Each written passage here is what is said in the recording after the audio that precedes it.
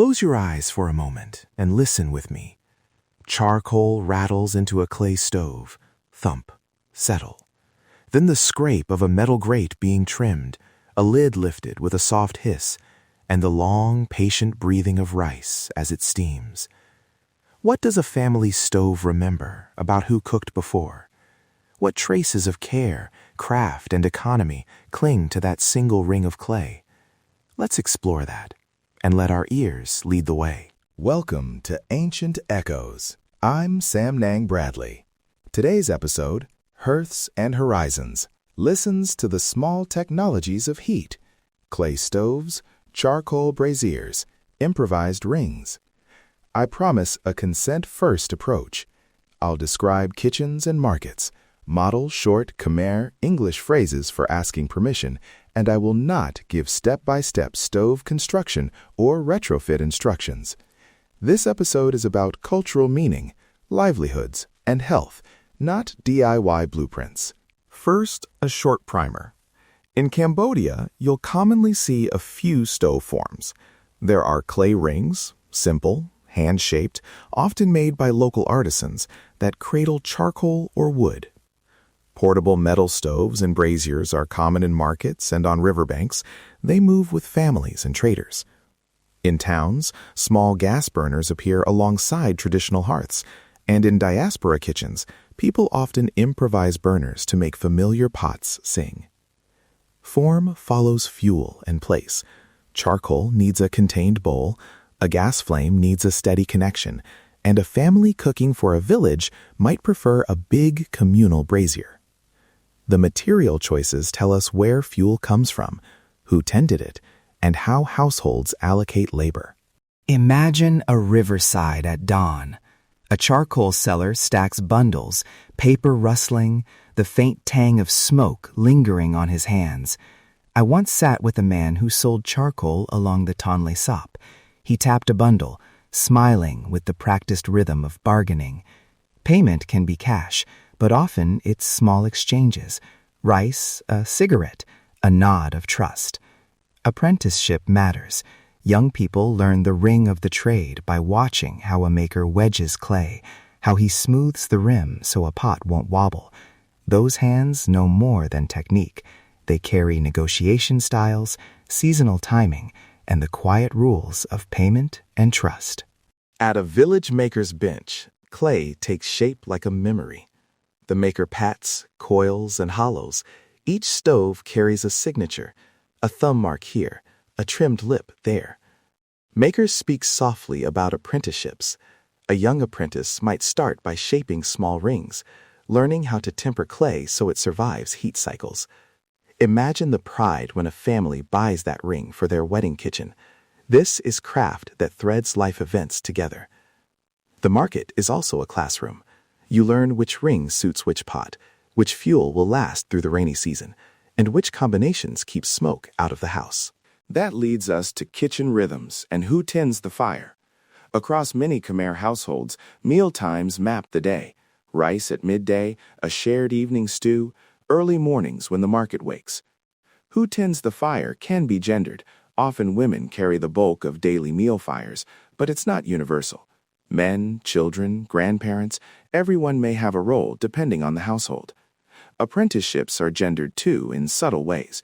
Boys might learn certain outside cooking techniques, while girls learn the timing and seasoning of specific family dishes. These rhythms are social technologies as much as they are culinary ones. They organize work, care, and transmission of knowledge. We must also talk about smoke and health, honestly and briefly. Indoor smoke from charcoal or wood can carry risks: respiratory irritation, long-term lung impacts, and discomfort that shapes how families arrange space. Communities and public health workers have tried many approaches: ventilation tweaks, safer fuel programs, community education. Here's an important point. I will not give instructions for building or modifying stoves on air. If you're interested in safer stoves, look to certified programs, vetted NGOs, and local makers who offer tested designs. Many towns have cooperative artisans who work with health groups to offer safer options for sale. Support them directly rather than improvising risky fixes at home. There are also graceful household coping strategies: cooking outdoors during the hot months, using a pot's lid to cut simmer time, or arranging stoves near a window so smoke drifts away. In some communities, households shift to charcoal in the wet season because dried wood is scarce. Others turn to small gas burners when wealth or access allows. Each adaptation is a negotiation between cost, convenience, health, and cultural taste. The decision to switch fuel is never purely technical, it's social and economic. Now, diaspora kitchens. When families leave Cambodia, they carry recipes, pots, and the memory of a particular flame. Abroad, the fuel changes. Where charcoal was normal, now there may be gas, electric coils, or an improvised ring placed on a backyard grill. One story that stayed with me: a family in an apartment building who adapted a small portable burner and placed a heavy clay pot onto a cast iron stand recovered from a friend. They couldn't recreate the exact flame, but when the smell of crowing hit the kitchen, everyone paused. There was an audible sigh of recognition. That single pot over a different flame still carried kinship through aroma and timing. We need to be explicit about ethics when visiting kitchens or markets. Always ask permission before photographing or recording. Offer payment or buy something if you can. This respects labor and time. If you're unsure what to say, here are short modeled phrases you can use. In English, "May I take a photo of your stove?" and "May I watch your cooking for a few moments?" In Khmer, approximated, please use a local interpreter or our show cards when possible. Some anuyat tot rup, a polite ask to take a photo, and some anuyat muk chen bork, a simple ask to observe.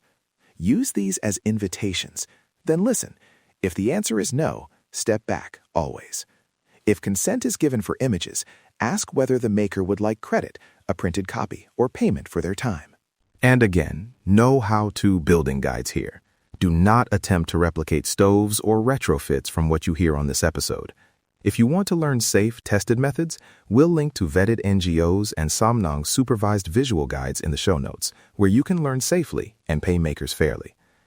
If you see charcoal sellers or wood harvesters, avoid asking for exact harvest locations. Support certified fuels and artisan cooperatives instead. Our focus is livelihoods and sustainability, not exposing supply chains or encouraging unsustainable demand. Before we close, let me give you 3 listening cues, small, practical habits that help you notice stovecraft in the field. 1. Listen for the cadence of fuel handling, the quick thump of charcoal, the rasp of wood being stacked, the soft clink of a metal grate. That rhythm often tells you what fuel and stove care are in use. 2. Look at the pot stand interface. A rim trimmed on a clay ring or a notch on a metal grate shows a maker's adaptation to local pots. 3. Notice social placement, where the stove sits in relation to the house and to people. Is the fire in a sheltered courtyard, a communal space, or a tucked corner? That positioning says who tends it and why. To close, heat is not only a technical solution, it's care.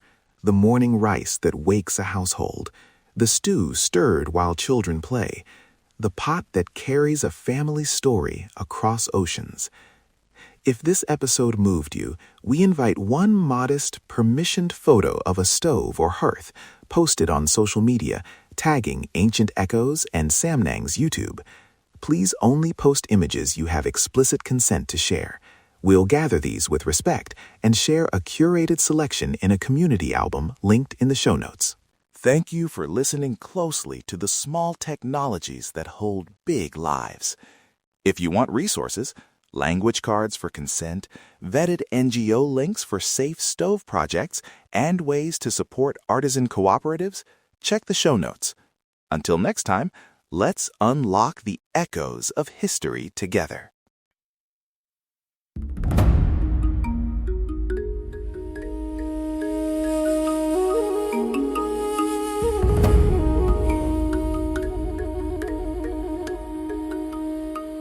In the quiet of night, I whispered my plea, holding her close, hoping for her decree.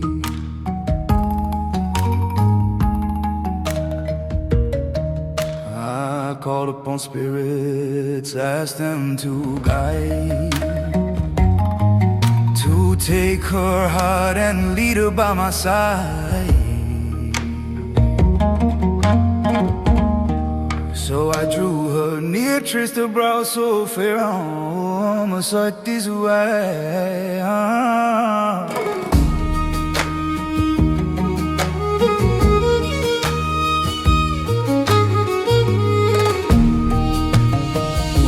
Sacred power, Swahi, mighty spirit awakened. By the master's right, let her heart be gently taken. Let her follow me now by vow and by sign. I hear these words, oh teacher, witness this plea. Oh, my sacred power, Swahi.